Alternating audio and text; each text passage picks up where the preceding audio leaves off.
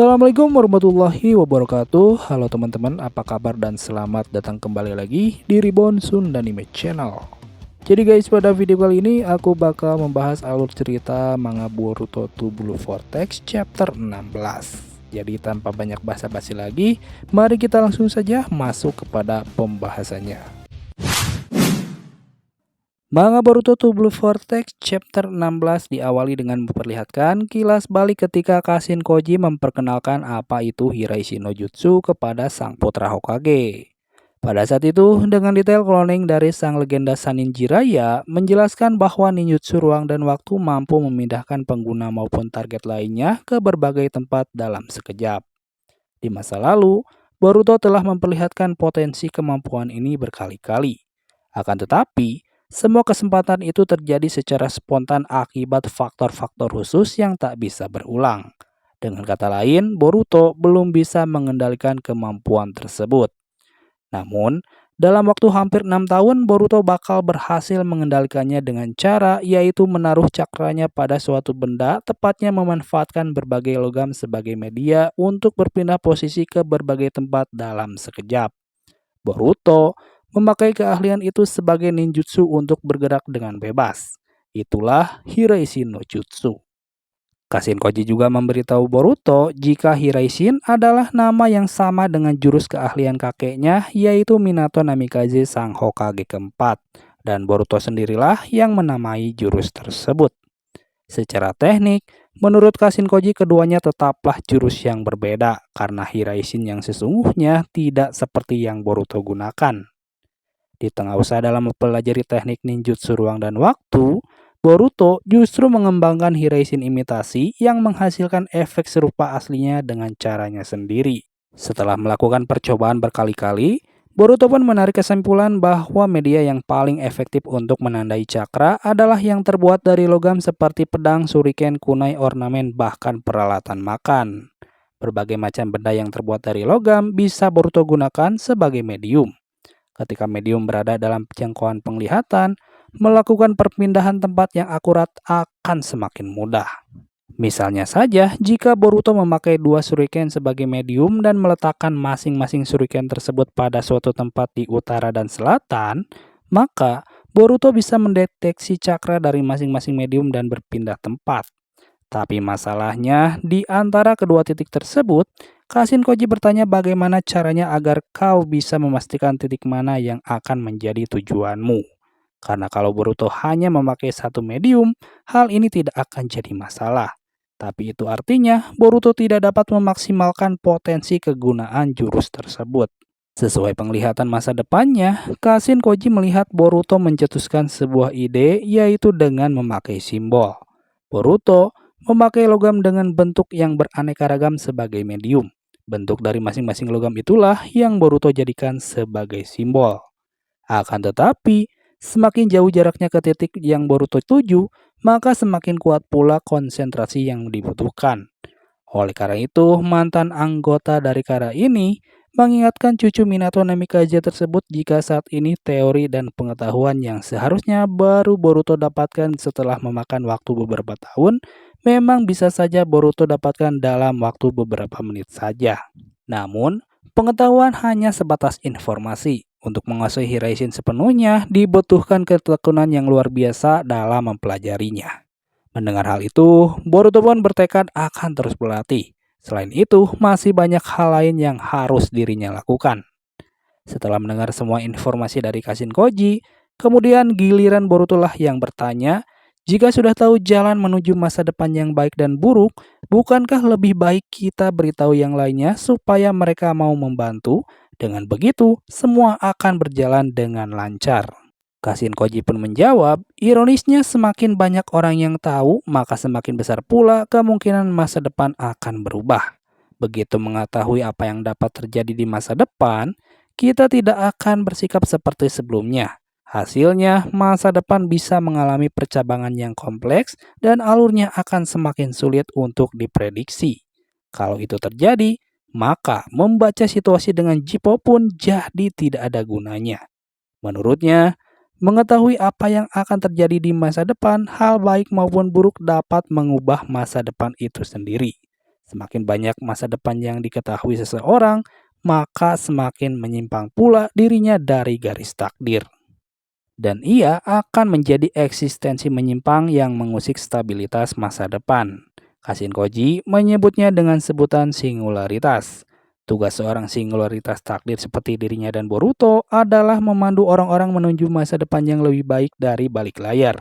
Dan cepat atau lambat, itu juga berlaku bagi Eida yang telah menyaksikan informasi tersebut. Pindah ke waktu sekarang, di mana kali ini diperlihatkan saat berkumpul, Sarada bertanya kepada Eida apa dia tahu sesuatu.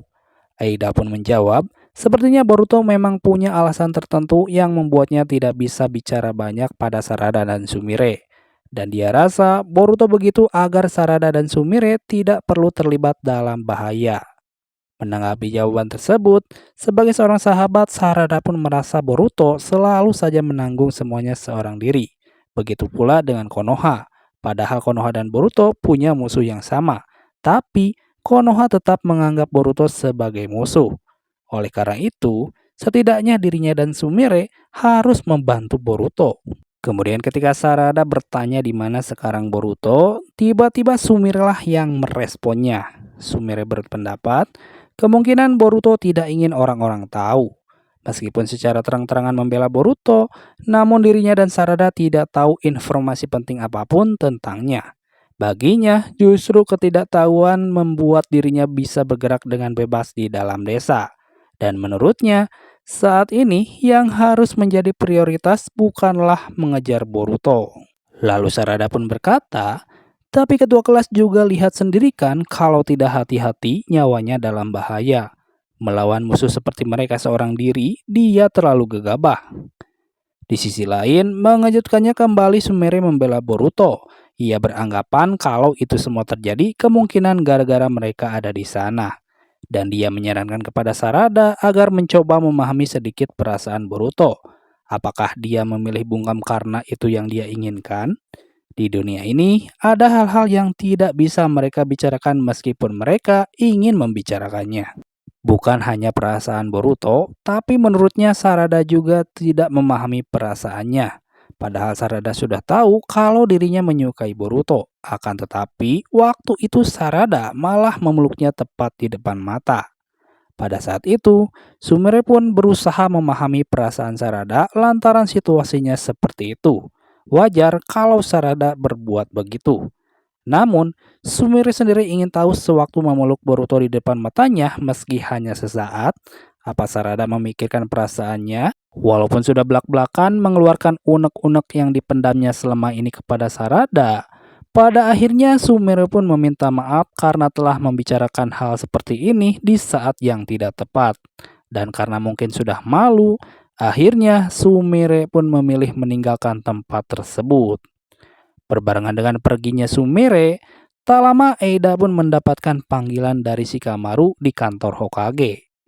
Sementara itu, di tempat lain para tetua desa diperlihatkan sedang mendapatkan omelan dari Daimyo karena sudah membiarkan Boruto yang sudah ditangkap lolos begitu saja. Padahal Daimyo ingin ninja pelarian itu segera dieksekusi. Daimyo kemudian memerintahkan kepada kedua tetua desa tersebut agar secepatnya meringkus Boruto dan mencabut nyawanya. Jika mereka tidak bisa, sang Daimyo mengancam akan mengover tanggung jawab itu pada orang yang lebih pantas.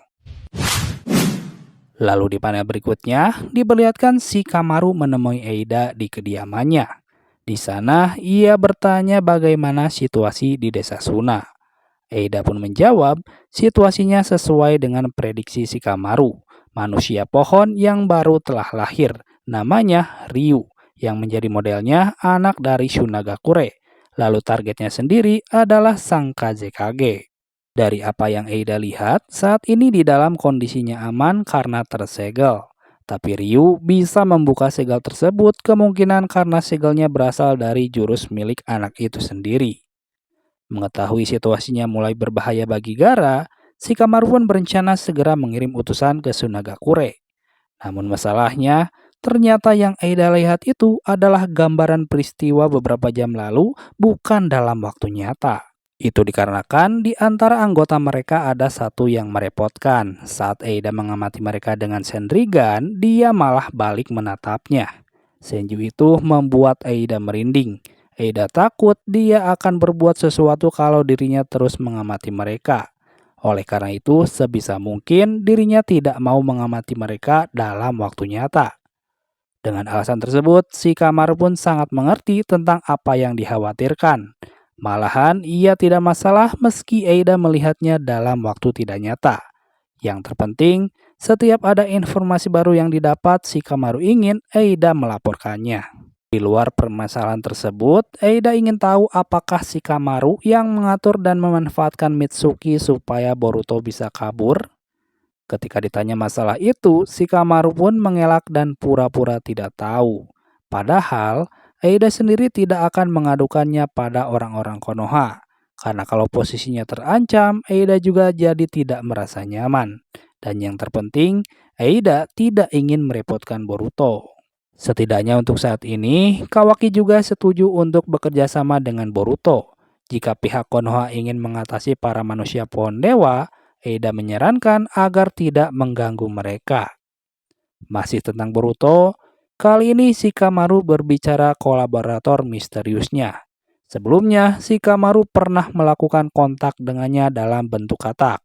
Pertanyaannya, itu Kashin Koji benar kan?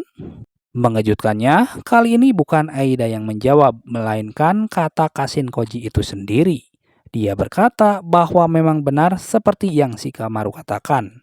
Lalu tanpa basa-basi, Kashin Koji meminta Shikamaru untuk mengirim Konohamaru Sarutobi, Sarada Uchiha dan Mitsuki ke negara angin.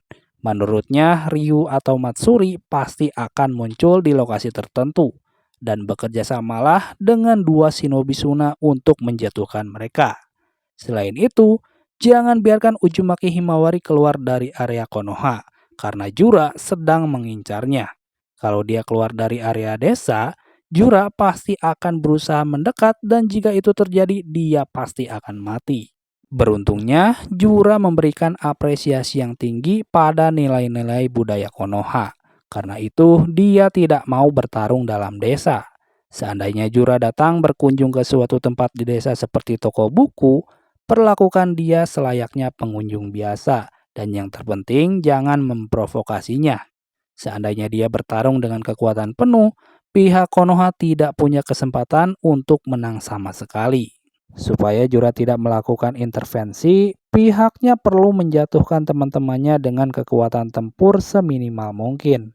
Kalau Jura ikut turun ke medan pertarungan, Kashin Koji menyarankan harus secepatnya kabur.